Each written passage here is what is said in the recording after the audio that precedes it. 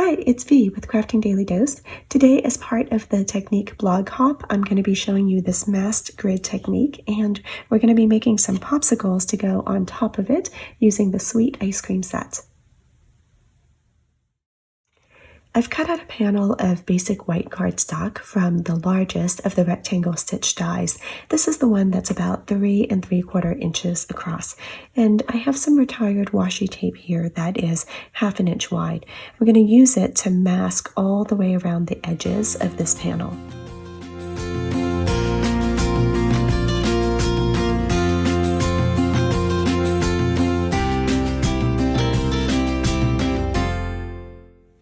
I've lined up my panel with the grid paper so that the bottom of this washi lines up with one of these grid lines, and then I put a little extra washi on the sides to hold it down in place.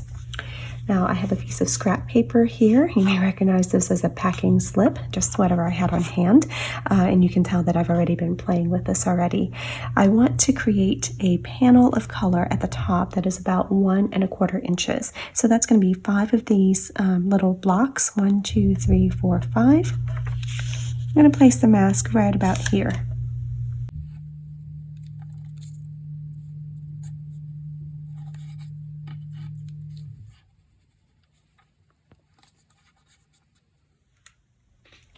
I'm using my blender brush with some Pool Party ink and starting off on the side and then coming in just to give it a light wash of color to start.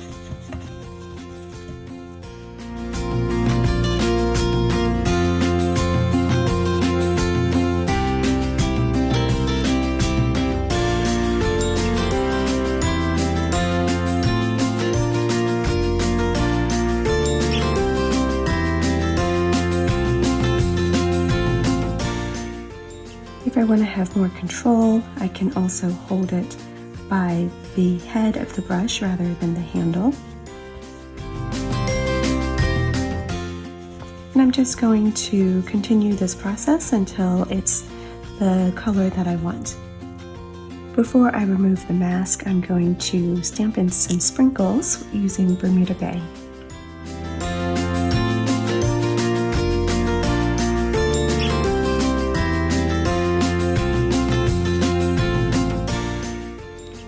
Let's see what we have so far. Now I'm going to go back and cover up the section that I did, and I'm going to add almost 1/4 inch, not quite. So that's going to bring me to this block here, and just a little bit short of 1/4 inch. Now I'm going to go down from there by 1 1/4 inches and create a section for my middle block. So it's down to this line, and then just a little bit shy of that.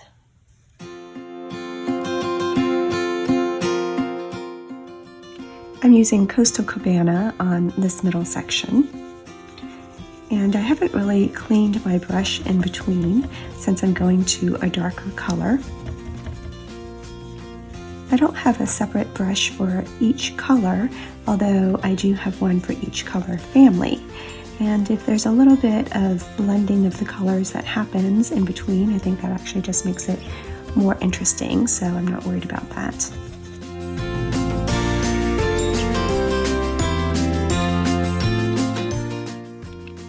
I'm using the other sprinkle design for this block. This is what we have, and then I need one last block of color down here that is about 1 1/4 inches.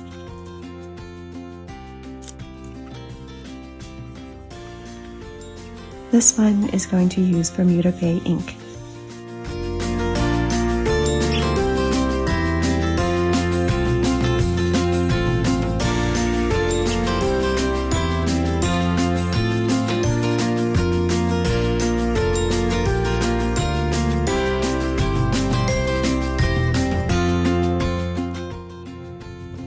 I wanted the color in this section to be more intense, so I went over it a bunch of times with the blending brush, and now I'm stamping the first set of sprinkles back on it, and it's going to be very subtle down here because this is tone on tone inking.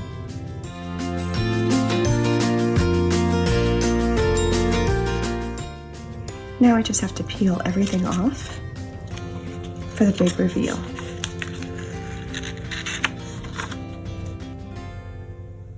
There we go. I've got my little foam mat from my Stamparatus, and I'm going to stamp up some popsicles now. This first one is going to have Flirty Flamingo at the top, and I've got Mango Melody for the other one. Now I'm coming in with some Flirty Flamingo for the bottom of the second popsicle, and Magenta Madness for the first one. The popsicle sticks are cinnamon cider. And I'm adding in the little wood details with some more cinnamon cider.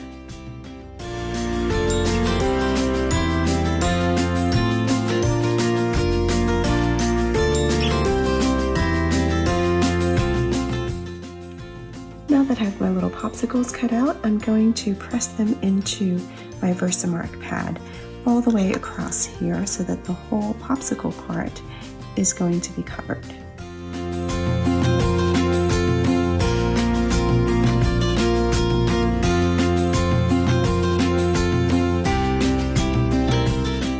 Then I'm going to coat them with clear embossing powder.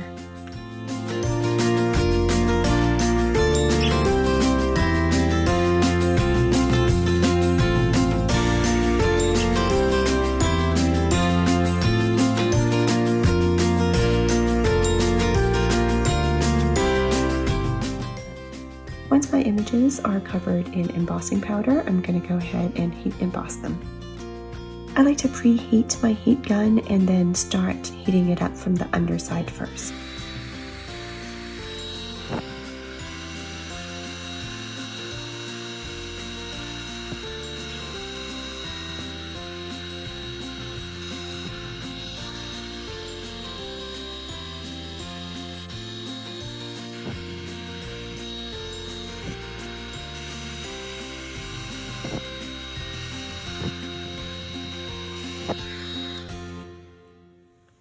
Now the popsicles have a nice shine to them, just like a real popsicle might.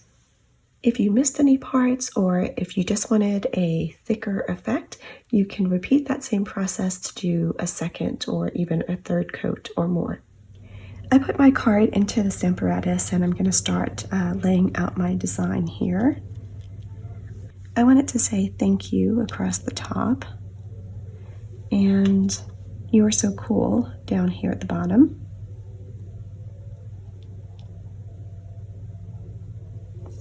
I'm going to go ahead and close the cover to pick up those stamps. Then I'm going to ink them up with some Memento Tuxedo Black.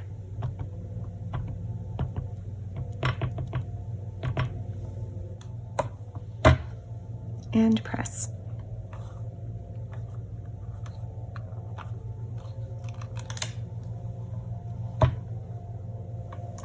For the final assembly, I'm going to use Stampin' Seal to put this panel onto a A2 card base that's made from basic white thick. And then I'm going to put the dimensionals onto my popsicles. And the dimensionals are very easy to cut, so I'm going to make sure that I cut some to put underneath this popsicle stick part so that it's got some support and won't swash down, particularly if I'm mailing it and not giving it in person.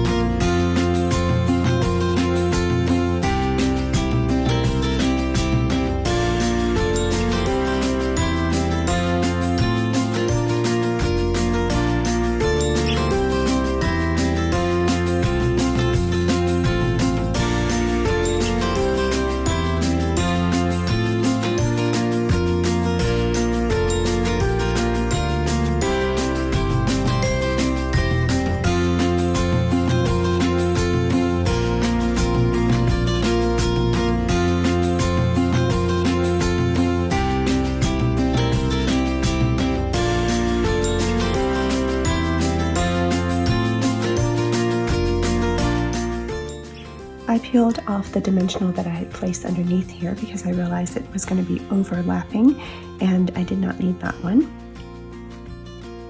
I noticed that I was not careful enough masking off this edge, and I have some ink over here, so I'm going to try to remove it with my sand eraser. This would have been better if I had noticed it before I adhered it to the card base, but we'll make do with the best that we can.